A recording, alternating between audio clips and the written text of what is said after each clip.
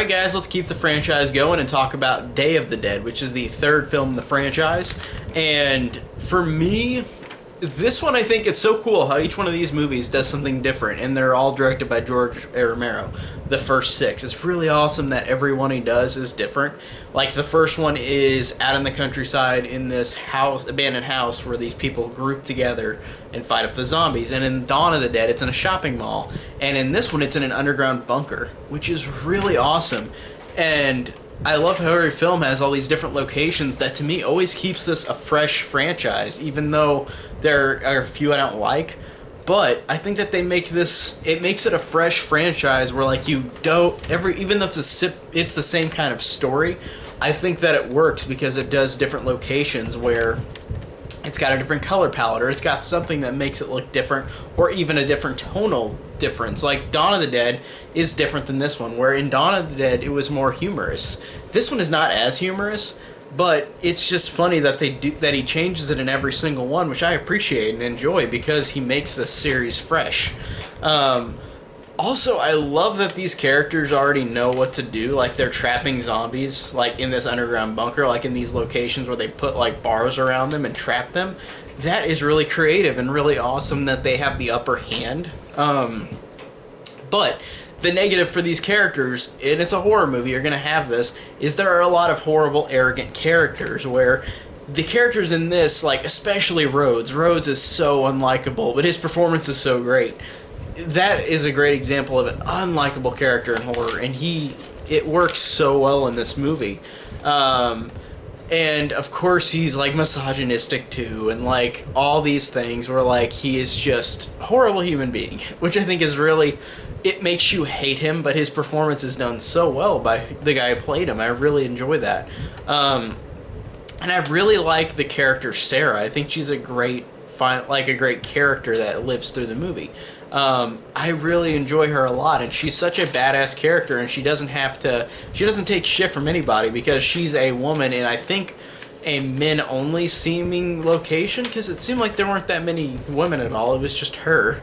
So she has to deal with the shit of the misogynistic guys where, like, she doesn't take any shit, but she has to listen to it. And it's unfortunate, but I do like how this character, no matter what, is still an awesome character, and I enjoyed her a lot. And again, Rhodes is just a great villain. Like, he's a great, like, human villain in the movie. He's just so horrible. Everything, no matter what people say to him, he will just debunk it and say, we're doing what I'm doing. He doesn't ever listen to anybody. And of course, by the end of the movie, that's why he's gone. But I really, really enjoyed his character a lot. He's just such a love-to-hate character. And also, I love the fact that these characters are just living their lives, like, underground. Like, they're just in this bunker living their lives and, like, enjoying nights together. And I think that that's cool, where, like, you get these characters that just have enough development and have enough personality to where you can remember them very well. And it feels just like the other two movies, where, like, you really do get to know these people. And when some of them die, it's sad, and when some of them die, it's so rewarding, like Rhodes.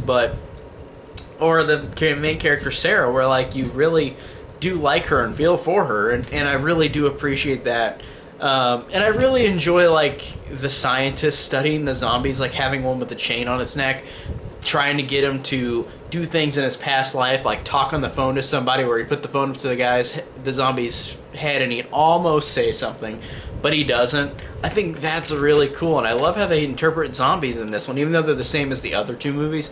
I like how they use, like, they're trying to learn about zombies, and I think that's very interesting and fascinating.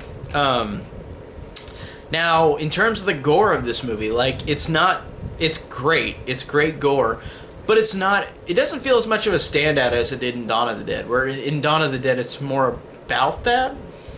Even, like, this one, I feel like the gore is mostly just at the end of the movie, where at the end of the movie they go balls to the wall gore, and the effects, again, are fantastic. And the kill of Rhodes, where he gets, literally just his body gets ripped in half and just, like, pulled apart by all the zombies, looks so real and so grotesque, and it's in 1985, so we didn't have any special effects for this.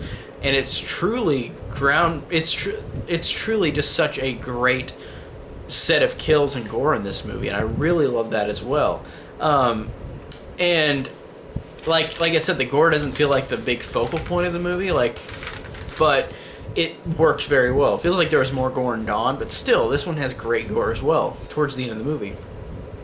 Now, the ending, I do like the ending where Sarah gets away, but then it's kind of like, it's weird. It like ends abruptly where like they get away, and then like they're on this island, and then the movie just fades, goes away. Like the movie ends, and it's really a weird abrupt ending. And I didn't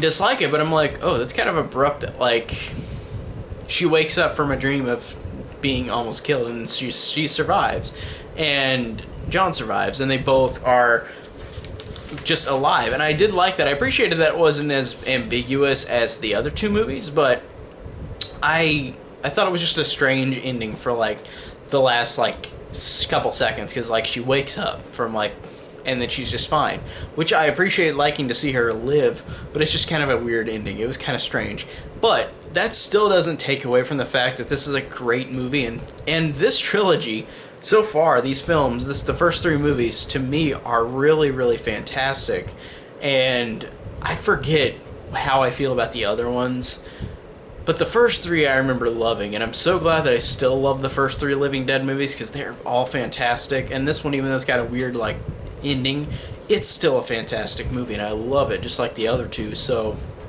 that's my thoughts on Day of the Dead from 1985. Tell me down below what you think of this movie, and if you like this video, check out my links down in the description below, and thank you guys so much for watching.